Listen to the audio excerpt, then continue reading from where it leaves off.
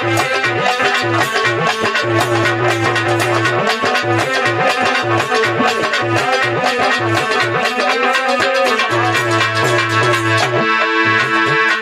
कहने लगी भगवान अभी थोड़ी देर ठहर जाओ, तुम्हें जाना तो है ही है।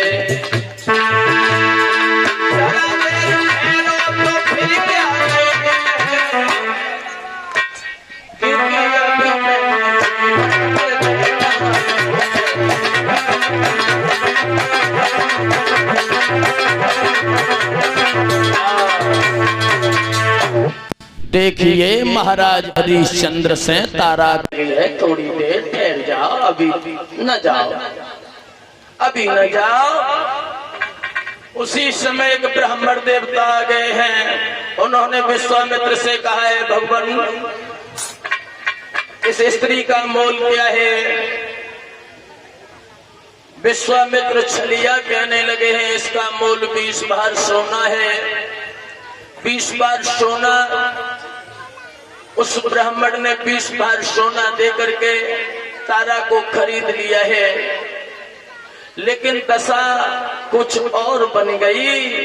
तारा कहने लगी है भगवान अगर मुझे तुम खरीद रहे हो तो मेरे बेटा को भी ले लो, क्योंकि मेरा बेटा कहाँ बिलखता हुआ डोलेगा।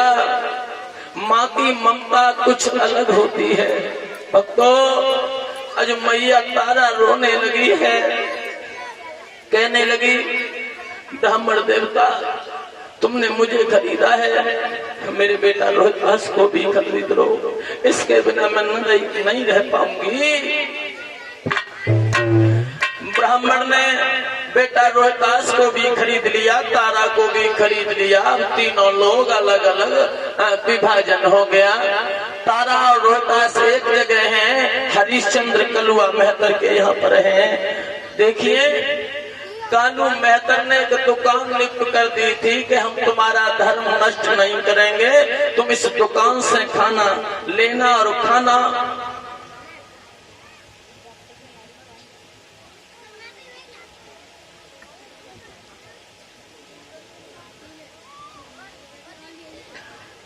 बार बार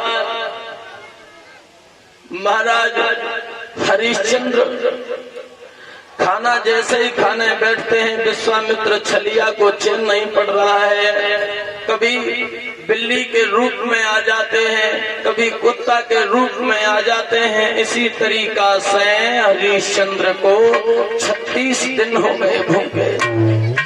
महाराज हरिश्चंद्र ने एक दिन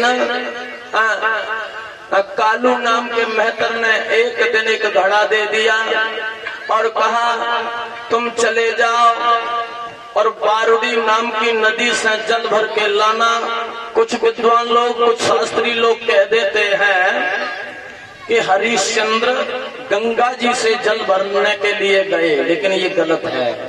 गंगा जी भागीरथ यानी हरिश्चंद्र की कई पीढ़ियों बाद आई हैं, भागीरथ लेके आए हैं। लेकिन वो नदी थी जिसका नाम था बारूडी। बारूडी नाम की नदी से हरिश्चंद्र जल भरने के लिए गए हैं। उनके शरीर में इतनी शक्ति नहीं थी कि वो घड़ा को उठा सके। घड़ा भर तो लिया लेकिन उठ नहीं पा रहा है। घड़ा भर तो लिया लेकिन उठा नहीं पा रहे हैं। उन्हीं क्षणों उन्हीं दिनों तारा भी उसी नदी पर जल भरने के लिए आई। हरिश्चंद्र ने जब तारा को आता हुआ देखा तो बड़े प्रसन्न हुए। अब कोई चिंता वाली बात नहीं, अब तो उठ ही जाएगा, अब तो उठ ही जाएगा। हरिश्चंद्र ने तारा से कही तारा तुम हमारा घड़ा उठवा दो, हमारे शरीर में इतनी शक्ति नहीं है कि हम इस घड़ा को उठा सकें। तारा कहने लगी तुम्हारे हाथ में ये मेहतर का घड़ा